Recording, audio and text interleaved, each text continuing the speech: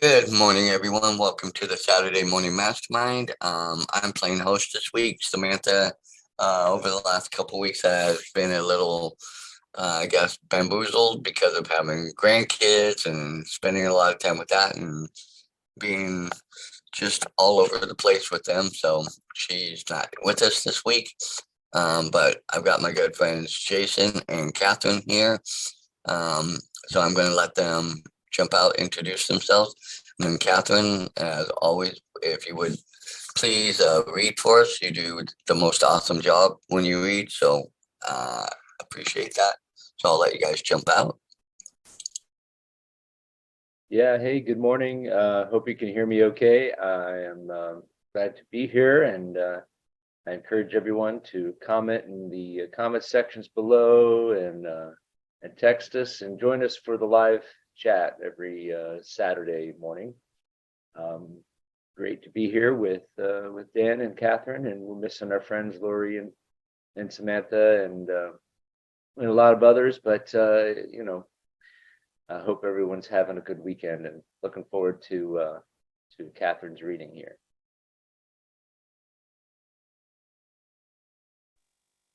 Good morning, everybody. It's Catherine Clement, and thank you both for the compliments on the reading. We'll see how we do here. I can find the book. All right.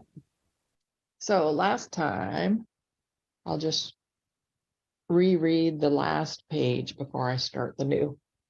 The last update that Nora had posted before she found herself between life and death.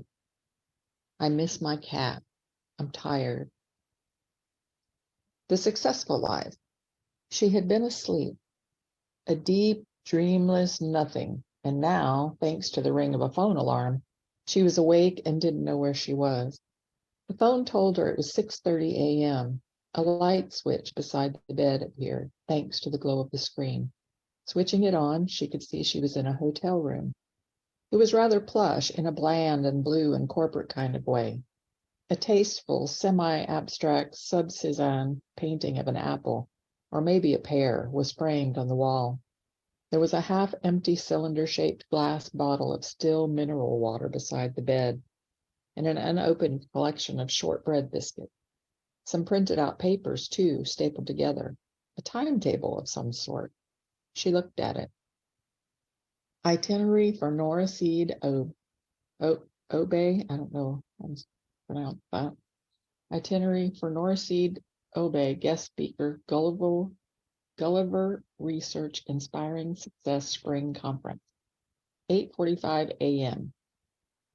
Oh my goodness, they challenge me with these words. Meet Priya Navulari, Gulliver Research, and Rory Longford, celebrity speakers, and Jay in lobby, Intercontinental Hotel. 9 a.m. sound check. 9:05 a.m. tech run through. 9:30 a.m. Nora to wait in VIP area or watch first speaker in main hall, J.P. Blythe, inventor of MeTime app and author of Your Life, Your Terms. 10:15 a.m. Nora to deliver talk. 10:45 a.m. audience Q&A. 11 a.m. meet and greet. 11:30 a.m. finish. Nora Seed. I don't know if that's a name or letters after her name, OBE. Nora Seed Inspiring Success. We're leaving out the OBE. So there was a life in which she was a success. Well, that was something. She wondered who Jay was and the other people she was supposed to meet in the lobby. And then she put the sheet of paper down and got out of bed. She had a lot of time. Why was she getting up at 6:30 a.m.? Maybe she swam every morning. That would make sense. She pressed a button and the curtain slid open with a low whir to reveal a view of water and skyscrapers and the white dome of the O2 Arena. She had never seen this precise view from this precise angle before. London, Canary Wharf, about 20 stories up. She went to the bathroom. Beige tiles, large shower cubicle, fluffy white towels, and realized she didn't feel as bad as she usually did in the morning. There was a mirror filling half the opposing wall. She gasped at her appearance, and then she laughed. She looked so ridiculously healthy and strong, and in this life had terrible taste in nightwear, pajamas, mustard and green plaid. The bathroom was quite large, large enough to get down on and do some push-ups. 10 full ones in a row, no knees, without even getting out of breath. Then she held a plank and tried it with one hand, then the other hand, with hardly a tremor. Then she did some burpees, no problem at all. Wow! She stood up and patted her rock-hard stomach, remembered how wheezy she had been in her route life, walking up the high street technically only yesterday. She hadn't felt this fit since she was a teenager. In fact, this might be the fittest she had ever felt. Stronger, certainly. Searching Facebook for Isabel Hirsch, she found out that her former best friend was alive and still living in Australia, and this made Nora happy. She didn't even care that they weren't social media friends, as it was highly probable that in this life, Nora hadn't gone to Bristol University.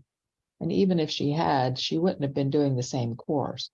It was a bit humbling to realize that even though this Isabel Hirsch might never have met Nora Seed, she was still doing the same thing she was doing in Nora's root life. She also checked in on Dan. He was seemingly happy, married to a spin class instructor called Gina Lord, née Sharp. They'd had a wedding in Sicily. Nora then Googled Nora Seed. Her Wikipedia page, she had a Wikipedia page, informed her that she had indeed made it to the Olympics twice, and that she specialized in freestyle. She had won a gold medal for 800-meter freestyle with a ridiculous time of 8 minutes and 5 seconds, and had a silver for 400-meter. This had been when she was 22 years old. She had won another silver medal when she was 26 for her participation in a 4x100-meter relay. It got even more ridiculous when she read that she had briefly been the world record holder for women's 400-meter freestyle at the World Aquatic Championships. She had then retired from international competition. She had retired at 28. She apparently now worked for the BBC during their coverage of swimming events, had appeared on the TV show A Question of Sport, had written an autobiography called Sink or Swim, was an occasional assistant coach at British Swimming GB, and still swam for 2 hours every day. She gave a lot of money to charitable causes, namely to Marie Curie Cancer Care, and she had organized a fundraising charity swimathon around Brighton Pier for the Marine Conservation Society. Since retiring from professional sport, she had swum the channel twice. There was a link to a TED Talk she had given about the value of stamina in sport and training and life. It had over 1 million views. As she began to watch it, Nora felt as though she was watching someone else. This woman was confident, commanded the stage, had great posture, smiled naturally as she spoke, and managed to make the crowd smile and laugh and clap and nod their heads at all the right moments. She had never imagined she could be like this, and tried to memorize what this Nora was doing, but realized there was no way she would be able to.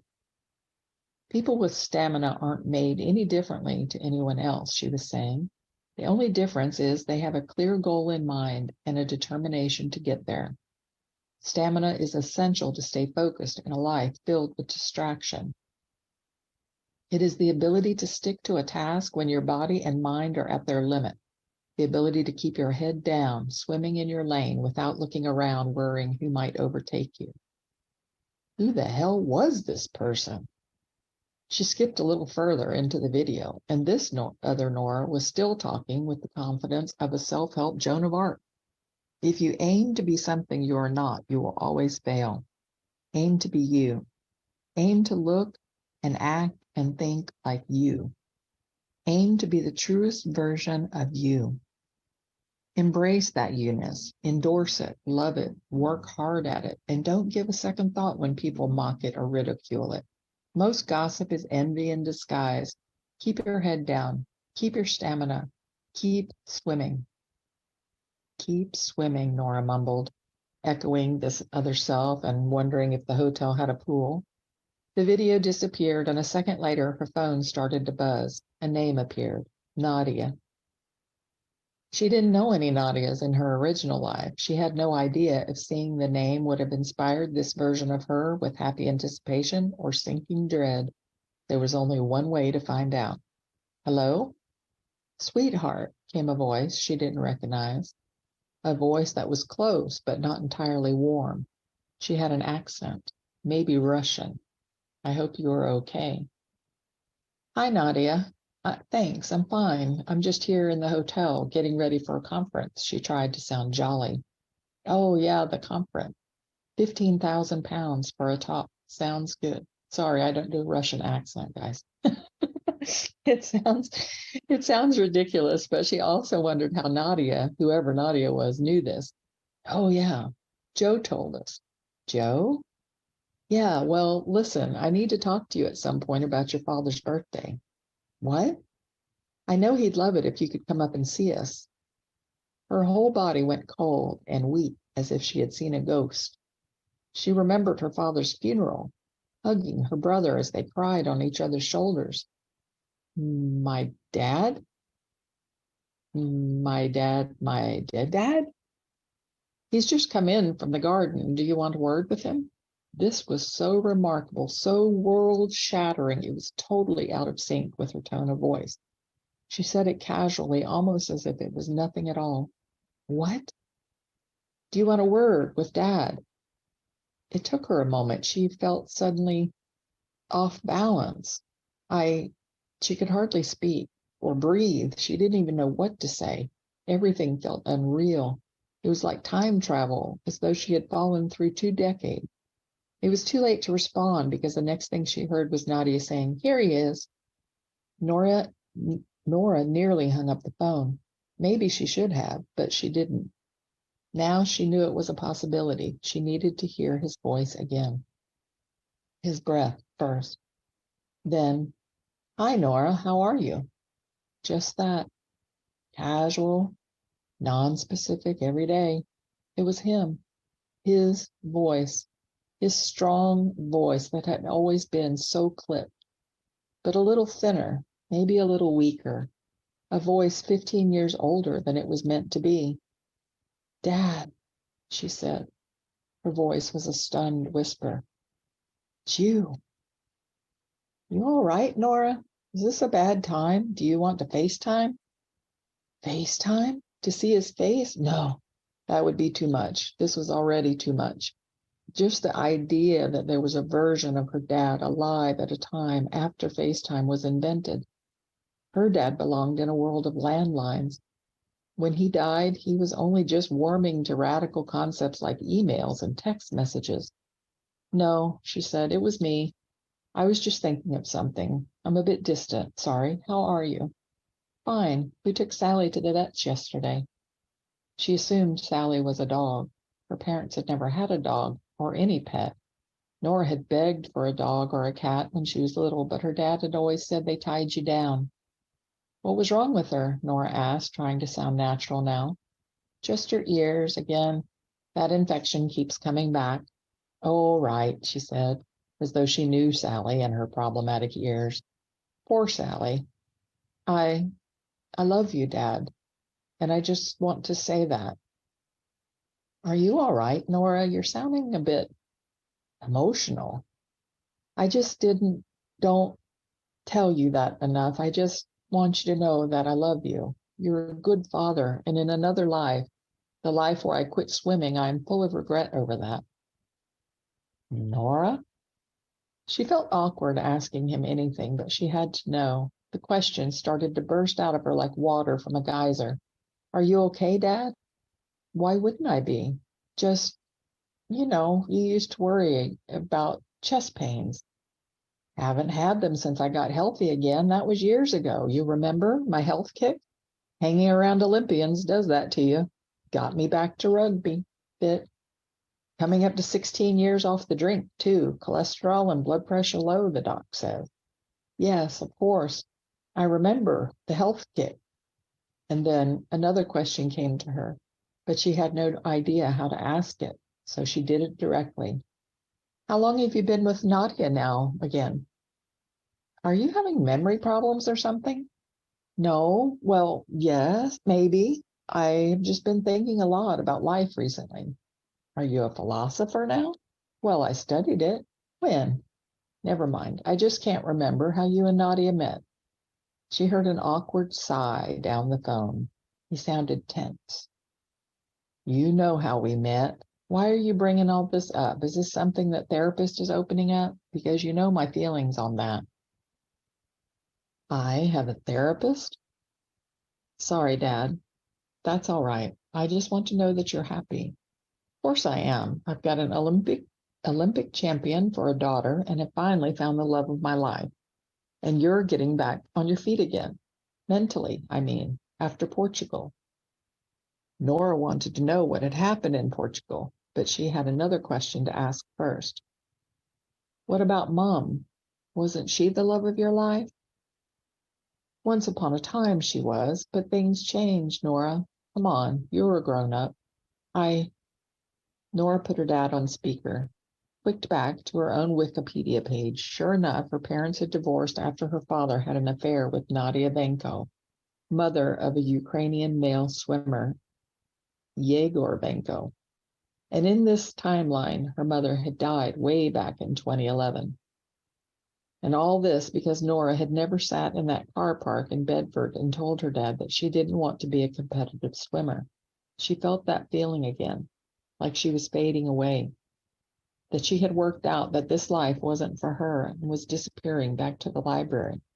But she stayed where she was. She said goodbye to her dad, ended the phone call, and continued to read up on herself. She was single, though she had been in a relationship with the American Olympic medal swimming diver Scott Richards for 3 years and briefly lived with him in California, where they resided in La Jolla, San Diego. She now lived in West London. Having read the entire page, she put the phone down and decided to go find out if there was a pool. She wanted to do what she would be doing in this life, and what she would be doing was swimming. Maybe the water would help her think of what she could say. It was an exceptional swim, even if it gave her little creative inspiration, and it calmed her after the experience of having a conversation with her dead father. She had the pool to herself and glided through length after length of breaststroke without having to think about it. It felt so empowering to be that fit and strong and to have such mastery of the water that she momentarily stopped worrying about her father and having to give a speech she really wasn't prepared for. But as she swam, her mood changed. She thought of those years her dad had gained and her mother had lost, and as she thought, she became angrier and angrier at her father, which fueled her to swim even faster. She had always imagined her parents were too proud to get divorced, so instead let their resentments fester inside, projecting them onto their children, and Nora in particular. And swimming had been her only ticket to approval. Here in this life she was in now, she had pursued a career to keep him happy while sacrificing her own relationships, her own love of music, her own dreams beyond anything that didn't involve a medal, her own life. And her father had paid this back by having an affair with this Nadia person and leaving her mother. And he still got terse with her after all that. Screw him, or at least this version of him. As she switched to freestyle, she realized it wasn't her fault that her parents had never been able to love her the way parents were meant to, without condition. It wasn't her fault her mother focused on her every flaw, starting with the asymmetry of her ears. No, it went back even earlier than that. The first problem had been that Nora had dared, somehow, to arrive into existence at a time when her parents' marriage were relatively fragile. Her mother fell into depression and her father turned to tumblers of single malt. She did 30 more lengths and her mind calmed as she started to feel free, just her and the water. But when she eventually got out of the pool and went back to her room, she dressed in the only clean clothes in her hotel room, smart navy trouser suit, and stared at the inside of her suitcase. She felt the profound loneliness emanating from it. There was a copy of her own book.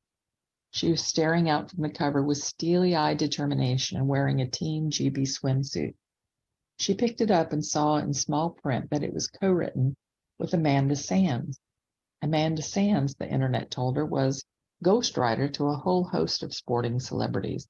Then she looked at her watch. It was time to head to the lobby. There's kind of a chapter break there. Do you want to stop there or continue? I'm fine with stopping there. I don't know about you, Jason, or you, Catherine. What do you guys think? I'm okay with stopping there. There's plenty to talk about. Yeah, I mean, already have some things I'd like to talk about, but what do you think, Jason?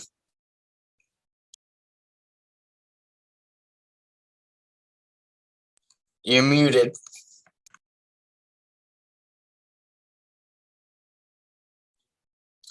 You're still muted. I said yes. Time for a commercial break. I was so into your reading, Catherine. It was like I was listening to a Saturday morning special. You I was visualizing everything, and wow, that was great. So yeah, we can stop there if you'd like. If you'd like, it's fine. I'll have to work on my Russian accent so I can read it properly. Oh, you were doing great. I was, same thing. I was getting some visuals too, of her standing there reading it and kind of with the look on her face like, is this really me? That's not me. This is me, that kind of thing, and I can imagine, if any of us were in that case, we'd have to try and look up and find out what type of information about ourselves, because to put it in, you know, in, to like, oh, okay, this is what I am, rather than what I think from, before. So, Yeah, it's got that whole quantum leap feel where he takes time for the character to figure out, what's going on, and very well written. yeah. Oh, you're right. It does have that kind of quantum leap feel to the whole book so far. I never thought of that. But the one point I wanted to bring out, and it kind of hit me in the reading this time around, it hadn't hit me before, but it seems like each time she goes into these lives, she's going in with the expectation that she still is going to be fundamentally who she is, as she knows right then and there. She's not picking up on the fact that as she goes in, each of these lives are different. And so therefore it's going to be a different Nora that she's going to be, and that she needs to prepare herself more for that. So she understands that when she goes in and everything isn't such it's still going to be strange and different, but she'll go with with the idea that, okay, this life is not going to be the me that I know, but it's going to be another part or side of me that in that life played out. And how do I best fit into that to understand it and to help me reconcile myself to truly who I am, which is facets of all these different lives.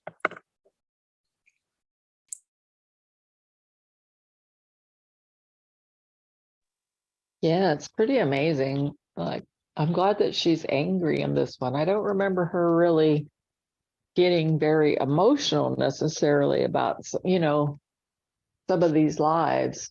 Like she checked out, but I don't remember her really feeling feelings over them so much. So it seems like she's angry in this one, which is good. I mean, at least she's having some feelings, because recognizing feelings is a huge thing. I mean, most of the time we just stuff our feelings all the time. So bringing them out and recognizing them is good. It'll be interesting to see who all the different characters are in this one. I hope she doesn't like check out before we get to figure it out. That's the other thing I've noticed. Oh, go ahead, Jason. I say that's interesting what you're saying about feelings, because if we examine that a little bit, there's that, like what you're saying, Dan, that she's a different kind of a slightly different person in each life path. And then like in her original life path, she was dealing with a lot of like second guessing and regret. I think, she was what caused her to, want to commit suicide was, some pretty deep, dark feelings.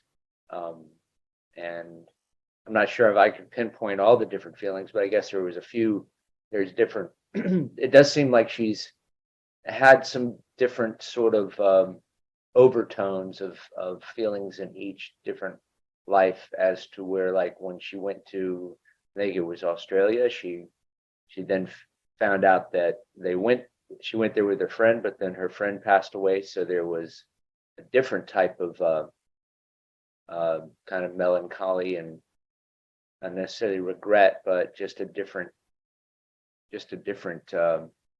lifestyle and everything. So but yeah, so it's interesting that in this one she's that how a life decision such as deciding to stay with her swimming career changed not only her life, but also the lives of people around her.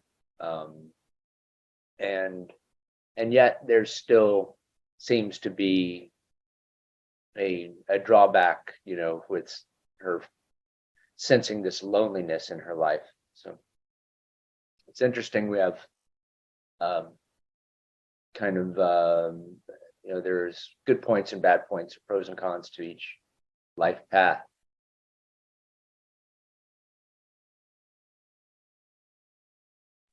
It's interesting that you bring that up about, the loneliness and some of the stuff of this life that you just brought up, and along with like what Catherine said. But something that again just hit me is, it seems like in each new life she goes into, she wants all the key figures to be exactly the same as they were from what her life was.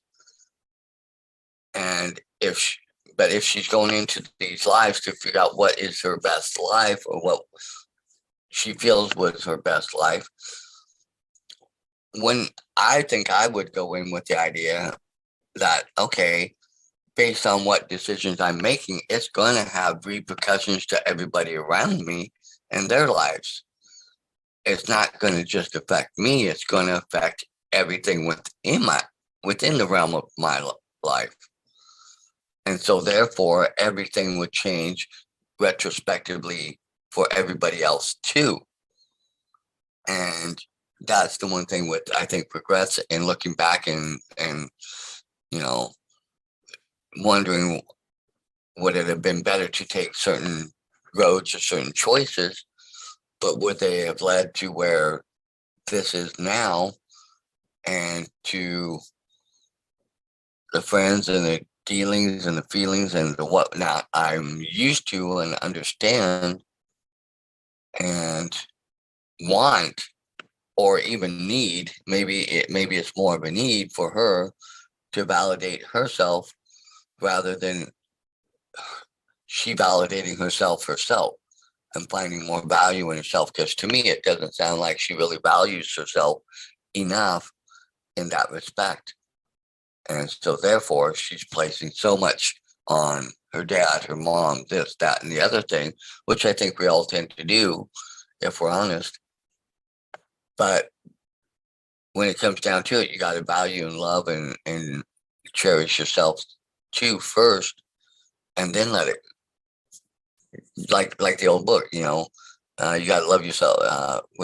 Whichever book, a couple books ago, we have to love ourselves first before we can then spread it out. So I think I get the feeling that she really doesn't love herself, and she's placing all these things on her. And then, and it clearly, like with her dad, being alive, that's just such a shock that to her that I don't think she can even deal with it. And then the fact of what happened between her mom and dad, they may have had problems and she may have known about it when in the other life, but her dad passed away because of choices she made. So it's interesting to see how she's responding almost, well, she is responding like the Nora that she is rather than responding or trying to respond in the way of the Nora that she is in the life that she's in. And that might be harder to do.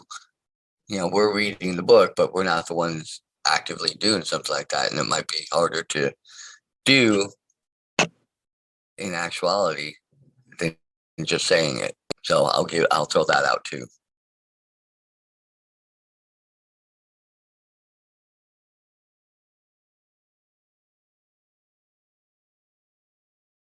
Well, she does say that in her speech she was giving, it seemed like she had a completely different perception about, I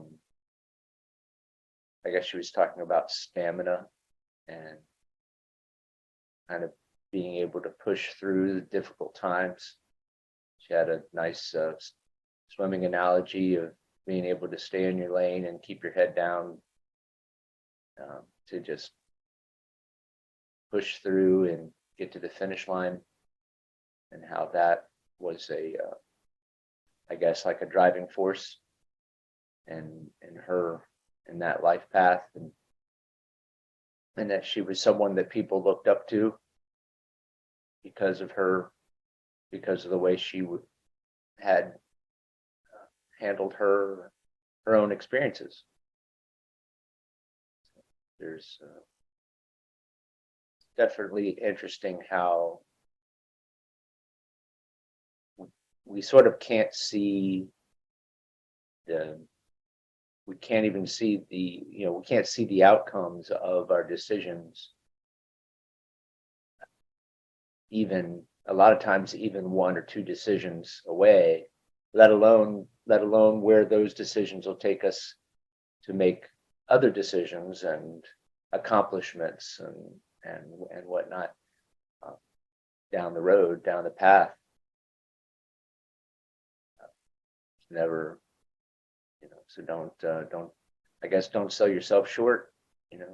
So you may not be able to get to your ultimate goal from where you are currently, but if you make a few decisions in the right direction, you might find a path that you actually can see yourself getting there.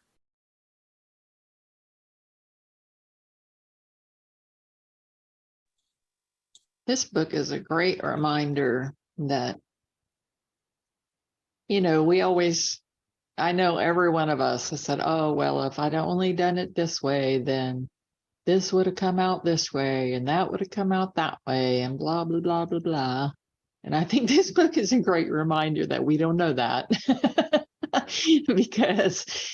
because we could have made a different decision, but then somebody else could have made a different decision that could have taken it off a completely different way. And we always think, oh, there's this perfect job, or there's this, if I can just figure out what my purpose is, I'll never work another day in my life. Well, yeah, you will. You're still going to be working. It's still going to feel like work.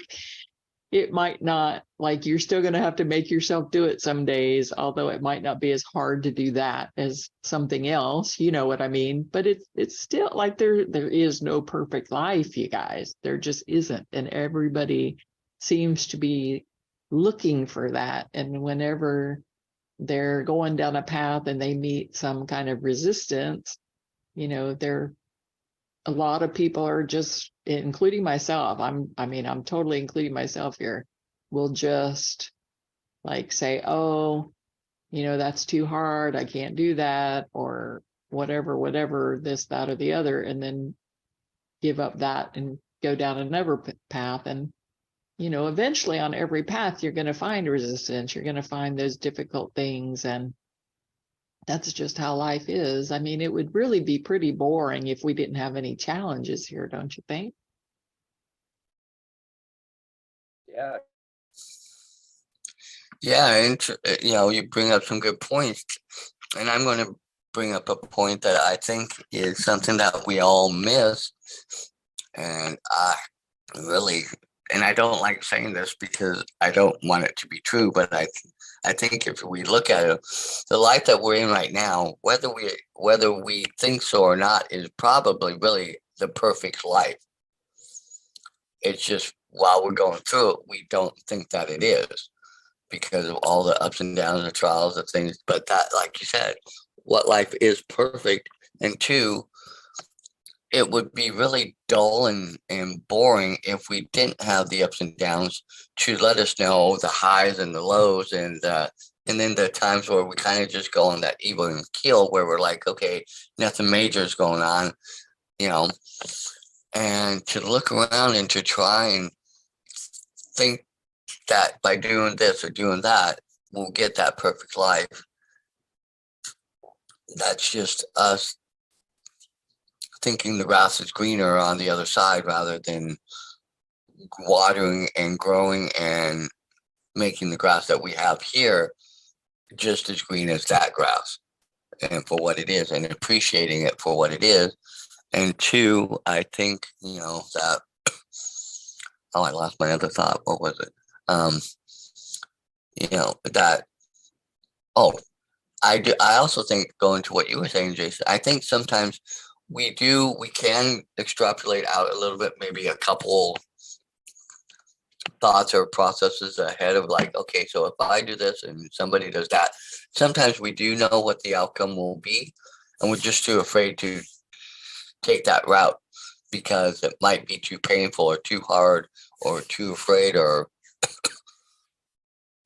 like in Nora's case, she seems like she really didn't want to try anything because of, I think going back to her own self-value. But and other times I think we just push forward full speed ahead on some things in our head, thinking, okay, I don't care, I'm going to do this, this is the way it's going to be, and who cares what the outcome is.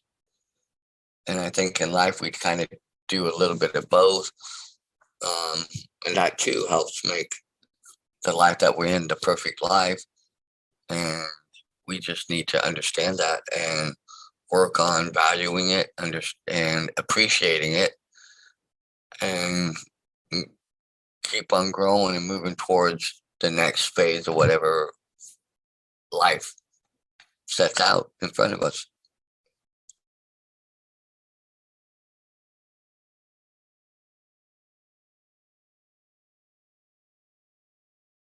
Yeah, I think if I remember correctly, the reason she didn't pursue the swimming career was that she didn't believe that she had what it took. So in this life path, instead, she just pushed through, and she had more belief,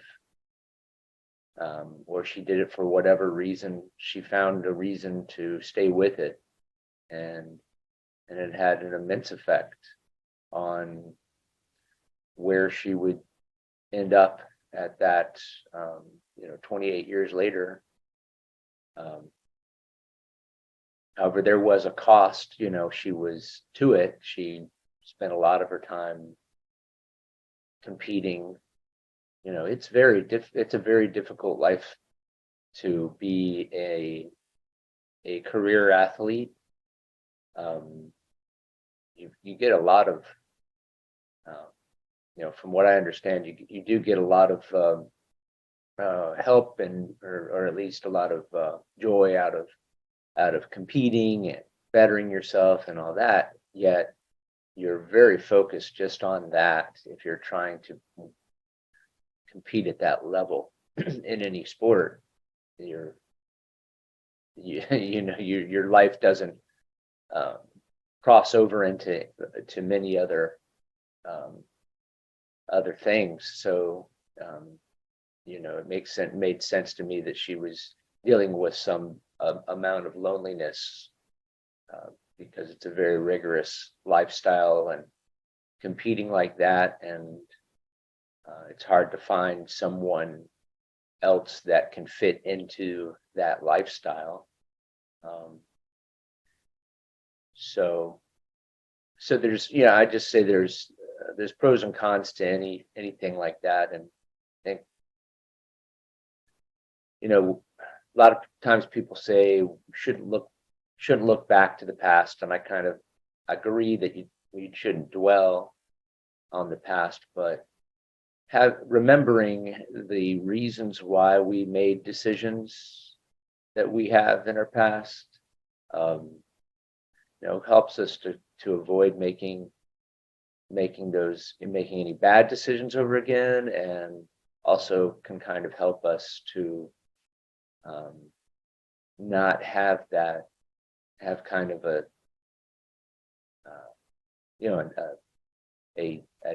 negative feeling about the decisions we've made in the past, because sometimes you're kind of forced into a situation where you make the best decision you can.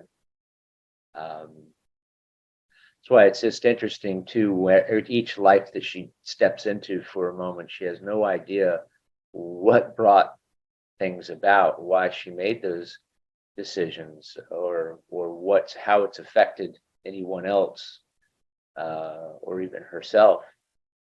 And she sort of has to relearn that and read up on her own biography in order to understand what's going on in her own life.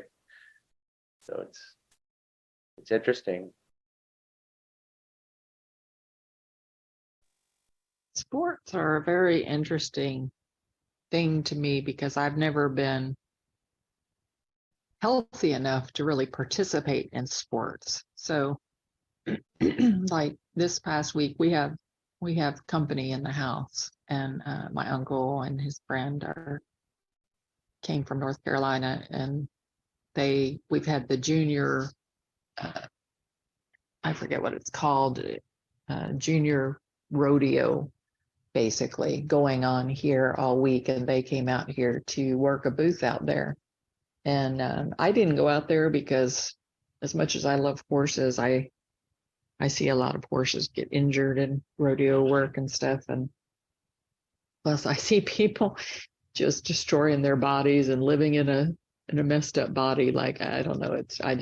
It's not entertainment to me to watch people injure themselves. So anyway, they come home every day talking about, these little kids that are not even hip high, that are out there riding sheep and roping cows and all this kind of stuff, and how they're up at 5 o'clock in the morning taking care of the chores and animals and all that stuff that needs to be done. And I've been thinking all week, because we've been reading this book, I've been thinking, wow, how many of these kids are doing it because they love it? I mean, there's a great majority of them that are doing it because they love it, but how many are doing it because their mom and dad love it, or their uncle loves it, or whoever guided them into it? You know what I mean? Like, how many are doing it because they feel like that's what they have to do, or that's what they should do, and it's all encompassing. Like, it's every day, all day, just this one thing that they're focused on. And I think, gosh, how many other things in their life are they missing out on because they're so focused on this one thing? And wow, how many of them are going to like be in the library looking at this life like, man, I gave up that whole life because my mom or dad or whoever wanted me to do that, and I didn't really want to do it. So, it's funny, reading this book, it just makes me think, wow, I wonder, like, they're going to choose a different life next time, or if they get, well, sadly, I don't even know if I should say this in public. Maybe I shouldn't say that because I don't know. I'll just say that there were some, I think it goes to age, it used to go to age 18 and they changed it to age 19. So at that age, they can be like a grand champion of whatever they're doing, but then they can't compete. They have to, move over to the adult circuit or whatnot. And of course, some of them get injured and they have a different life. But there was I think there was 4 or 5 of them that the day before the finals, because all week it kind of works up to the finals, right? They're eliminating people all week. And then the last day of it is the finals. And they win a lot of money. I think it's like $200,000 each or something like that. And like a $4,000 saddle or something. But 4 or 5 of them did some drinking and got disqualified the day before, the very night before the finals. And they were all ready to compete for grand champion or whatever. Like they all had worked all year long for all these points at all these shows. They basically go from show to show to show. And they're, like this one was here, the next one's in Montana. So a lot of them are loaded up, headed to Montana now. But anyway, 4 or 5 of them got disqualified. And because they worked as teams, the people that they worked as teams with also got disqualified. So, I mean, what a tragedy that for a little bit of alcohol, all of that work and money, oh my God, the money involved in this thing, like all of that went just down the drain with whatever they were puking up after they got drunk all night. Because like I shouldn't even laugh because it's so tragic. It's so very, very tragic. I can't imagine how badly they feel and their parents feel and the whole situations around all of that. But who knows? Maybe those kids, maybe they weren't doing it for themselves, and maybe they'll be relieved that it's over. Maybe they don't want to do it. Who knows? Maybe they won't feel as badly as I think they would. I don't know.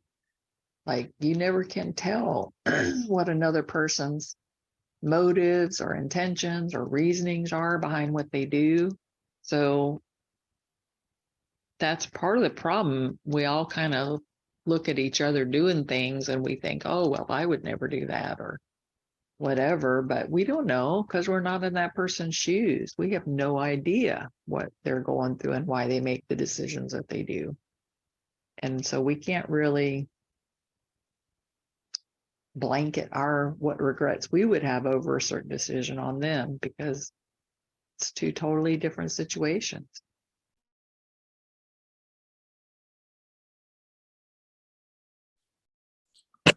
Interesting thoughts that you brought up because, and what you talk about with those kids, that can also play out for grown adults as we get older in life and, do things. And,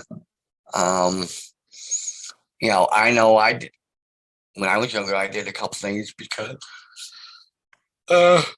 excuse me, I knew it would make my mom a little happier and in some ways give me some peace of not having to deal with looks or her saying things if I had followed through on what I originally wanted to do. But that's also one of my points in my life where I look at and I'm going, what would have been different in my life had I really followed through and had the strength to do, like in this section of the book, put my head down, keep swimming, staying in my lane, no matter who's like, like she said, no matter who's overtaking you, or in this case, no matter what other outside forces say or do, or pressure, or even looks. My mom could give some looks sometimes, and I'm just like, okay, mom, yes, whatever. How mothers can do that.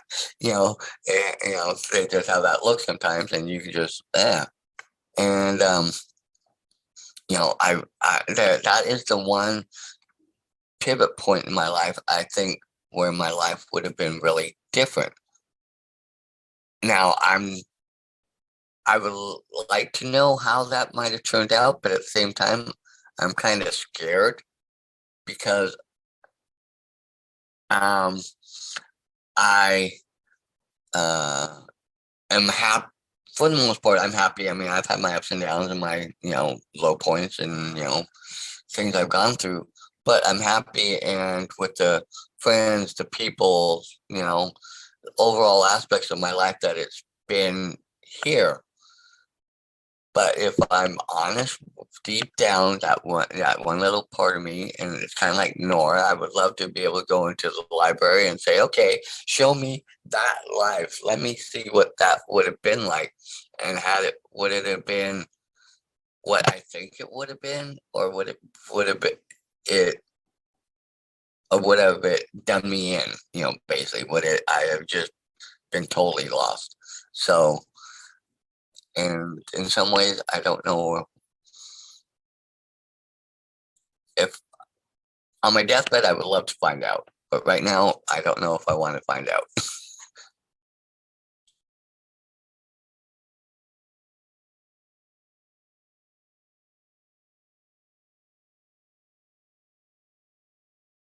Tend to look back at a lot of not a lot, but I think if anybody wanted to, they could try to drill down into their past and figure out something that they could have maybe made a different decision on, whether it was a career choice or a location choice, a move or what have you, and then try to figure out if that would have made much of an impact in their life. You, you just never can tell, but we can sort of game it out to try to figure it out in our minds. I think that's sort of what we do with each decision that we get an opportunity to make a decision. We either figure out that we have the right idea of how it's going to turn out, and we either say yes, let's do it, or no, let's not do it. And then or if you're I could imagine in some instances where you just don't know, and you're just like, well, I want to give it a shot anyway, see where it takes me. um, Sometimes we're forced into a decision, sometimes we we're not forced into making a decision, um, and we go a whole different route. So I what's great about this life is having the opportunity to do something with it and experience it, and make the most of it, regardless of the situations. It's like what I think someone was saying. One of the cliches is 80% of life is just showing up. So just show up every day in your own life, and then yeah, I mean, that's if you take one day off, you never know if that was the day that, if you had decided to not stay home, and what's the new trend they talk about, staying home and staying in bed all, it's called bed rotting or something like that. You like stay in bed and eat food in bed and just stay online and don't do anything. What if that one day you decided to, I'm just not going to do anything today, I'm going to stay home and what if you get to the point where, like, she's in this book and they say, oh, well, you were on the path to doing some lot of great things, but that one day changed everything. You didn't meet the person you're supposed to meet, didn't get the opportunities because of that. You didn't, and your life took a turn for the worse just because of that one day you didn't show up. So, I mean, you don't know. I mean, but you can kind of game it out to either way. And I think it's just a privilege to even be here. And I think we're all winners for just even having the opportunity. So to be here. So anyway, it's a pleasure speaking about these things with you guys. It's some deep thought. I mean, I really can't. I can't say enough about that. So many ways to go with it. So many paths. Yeah, even here, there are so many paths we can take with, the discussions and the things we do and what we do. And, who knows, maybe Samantha will kick herself for not joining us today and being on this deep diving discussion. No, I think you're right. We don't really know day to day or minute by minute sometimes the choices we make, what we do and how it's going to affect and how it's going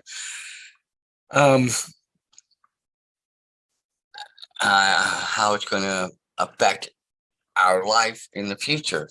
All we can do is just go off of, each day at a time and go from there and make the best choices and the decisions that we can make.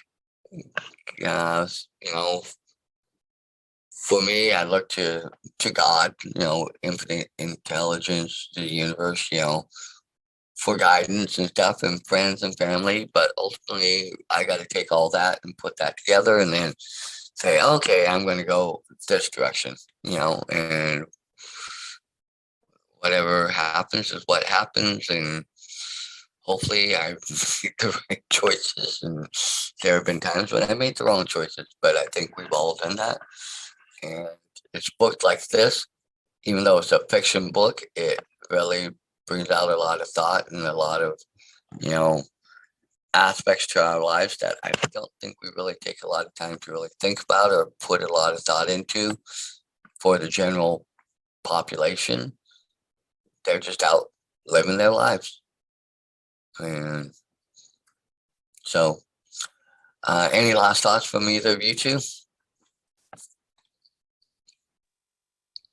Well, I wonder, if when we have our life review, when we're done with this life, if we get to look at if we had made this decision, it would have gone that way. If we'd have made this decision, I wonder if we get to look at all of that. I know, or at least I hear, excuse me, let me mute because I got a cough.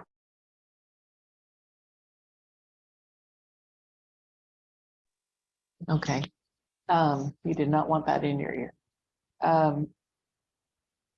I wonder, people say that they see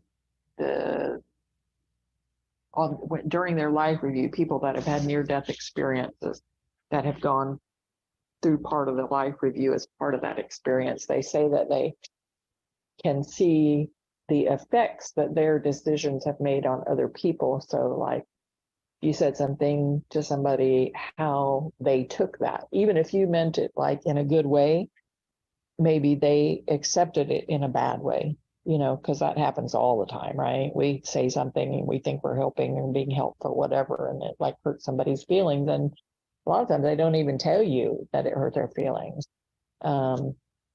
So I wonder, it makes me wonder, do we get to see all of those different parallel lives that could have been based on different decisions? Or I think the one thing that this book kind of points out, like you said, even though it's fiction, I sort of believe in quite a bit of it. So I wonder if we can just, acknowledge to ourselves that there is no right or wrong. There just is. And no life is right or wrong. Yes, we make decisions that maybe we have regrets about, but it's still, we keep doing things and experiencing things. And yes, maybe if we had made a different decision, it would have gone this other way. But like in the end, it's just another life of experiences. Like everything is forgiven between each life. And we don't remember, because can you imagine if we remembered how more complicated our life would be than it is right now? Like I think we'd like to think that if we had memory of all our previous lives, that we could construct this perfect life in this life, because we'd have all these memories of all these experiences, and we'd know that if we made this decision, this would happen, and blah, blah, blah.